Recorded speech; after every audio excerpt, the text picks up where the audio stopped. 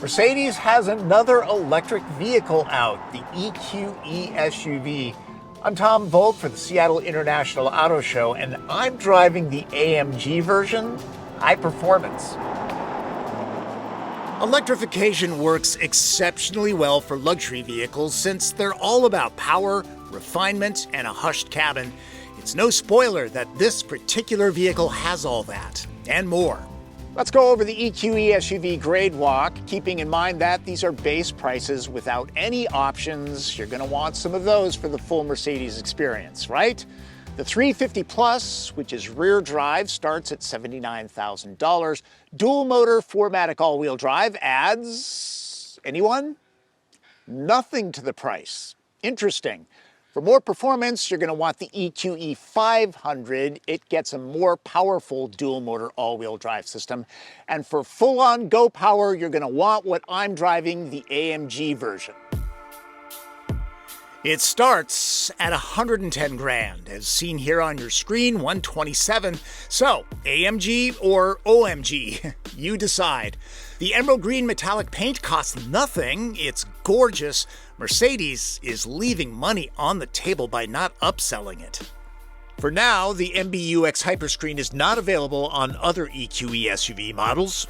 In addition to offering up a Captain Christopher Pike ambiance, it allows your co-pilot to be useful, Uhura or Spock if you're lucky. It's wildly configurable. If you can't find a look you like, that's on you. And there are energizing graphics and tones. Here's one of them.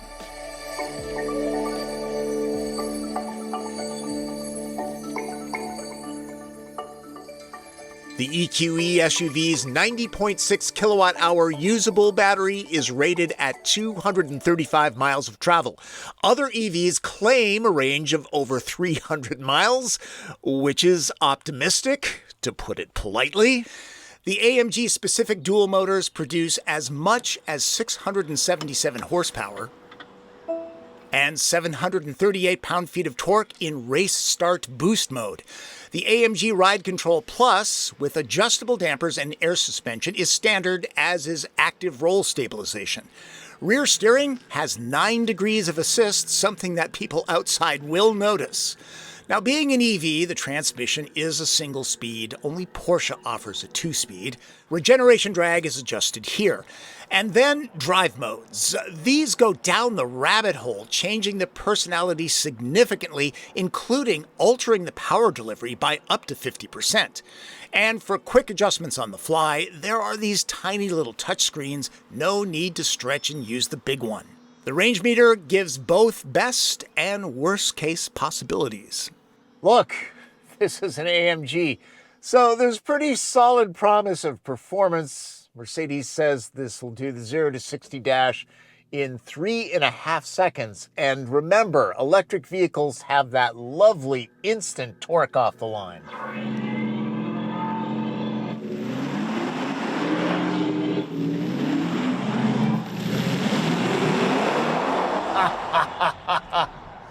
That is just loads of fun. Mercedes says top speed is 149 miles an hour. Not checked by me. The thrust is addictive. Only you can decide if the lack of engine growl is a deal breaker. And a reminder that this is one kindergartner shy of 3 tons when it comes to weight, but it moves like a college sprinter. I'm going to see if you can hear the performance tones. Listen carefully. I'm putting it into Sport Plus. Not bad. Kind of subtle. Certainly no twin-turbo V8. It corners without roll. During panic braking, this heavyweight has little dive. And whatever's there is controlled. The low center of gravity sure helps when bending this hard into a turn. It's like an electrified SL on stilts. Most of the time I've had the suspension set for comfort. And you know what? It's perfectly fine. Nice and controlled, sporty, yet comfortable as advertised. It's not like it's an old Buick. Putting it into Sport Plus and firming up the suspension, yeah, things get a little bit brittle, but you know, you've asked for it. Because it's tough to tap the AMG's full potential, maybe buy the EQE SUV 500. It's still quick, but less expensive, just not available with the Hyperscreen layout, and some might even prefer the standard dashboard. The display? It's very dramatic. People love to look at it. It's a crowd pleaser. There is some reflection. It's not horrible. I highly recommend taking a look at it on your test drive. Range is always the concern with EVs. Less powerful EQE models are EPA rated as high as 279 miles. The AMG, 235. Once I fully charged this up, the display said that I had 279 miles of range, which, is optimistic. The minimum was 167. Now, I've been having fun with this, and realistically, I'm seeing about 230 miles of range, which is not bad. This is a high-performance SUV. It's an AMG. Eventually, this will need juicing. Do it at home, and a full fill will take about 10 hours using 240-volt level 2. On the road, the 90.6 kilowatt-hour pack soaks up electrons at a max rate of 170 kilowatts. The Navi system will optimize the route for charge stations when a destination is set, taking into consideration conditions like temperature, topography, and driving speed. It'll even precondition the pack for faster charging.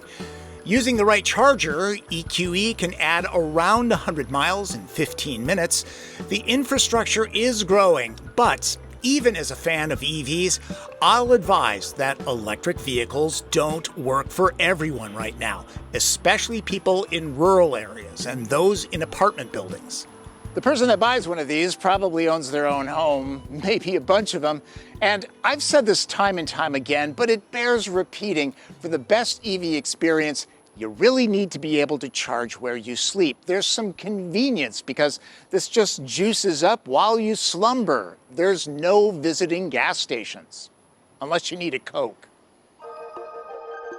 Owners should get used to hearing wow and awesome when people see the Hyperscreen for the first time. Not that the EQE will be used for Lyft or Uber duty. It's made up of 12.3-inch driver and passenger displays and a 17.7-inch center screen under one big glass expanse. There is no frunk. In fact, the hood is sealed to the owner. This is where the wiper fluid is filled.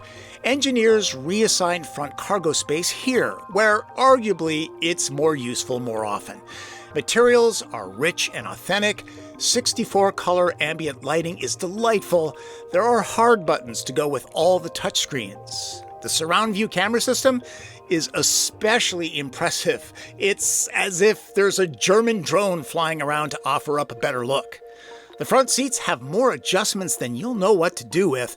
These are vented, plus they'll cinch up the bolsters to hold passengers in place when sport modes are selected. It caught more than one rider off guard. The Mercedes-AMG UX user interface has some of the best natural voice commands that I've experienced in an automobile, which is great when you want to keep your eyes on the road but get things done. You use the prompt, "Hey Mercedes." How may I help you? Close the sunroof blind. I'm closing the roller sun blind on the sliding sunroof. How very exacting, Ms. Mercedes. How very German. Of course, it requires a data plan, but anyone owning this won't worry about that cost. I could spend a half an hour showing you the interface is as deep as the Königssee in Bavaria, but instead, I'll just tell you that it's fairly easy to get to important controls, even if not using voice prompts. I'm guessing that even after a year, owners will still be finding new stuff to explore. The back seat is wide enough for 3 average-sized adults, with good knee, leg, and foot room. Even as optioned, there are no reclining seat backs, heated cushions, or sunshades, so it's more sport and less luxury here. There's some storage under the load floor. It's where the supplied charge cord stashes. There are a few handy things scattered around the cabin, but not one of those big elastic bands that German cars often get. It's a bit of a reach to drop the seatbacks from the rear. I'm of the belief that luxury vehicles should offer remote releases, if not power-raised backs. Really, it's best to go around to the door and lower them from there. In maximum cargo mode, there's 59 cubic feet for doing chores. If you've watched my videos before, you know that I'm a huge fan of 40-20-40 split rear seats because I still think I'm going to go skiing one of these days. In everyday use, the cargo area measures out at just over 18 cubic feet, which is good for 7 carry-on suitcases. And a reminder, no front storage. Let's not forget, even the base 350 Plus begins at some $80,000. This is a Mercedes-Benz after all. I think the standard EQE SUV would be a great way to go electric. Lots of luxury, lots of style. The regular one, that's the way I'd go. The Mercedes-AMG EQE SUV will be recognized as something special, if people hear it coming. Check with your local Mercedes-Benz dealer to see if there's one in stock to look at. It's an impressive way to move the family quickly and efficiently. For the Seattle International Auto Show, I'm Tom Voelk.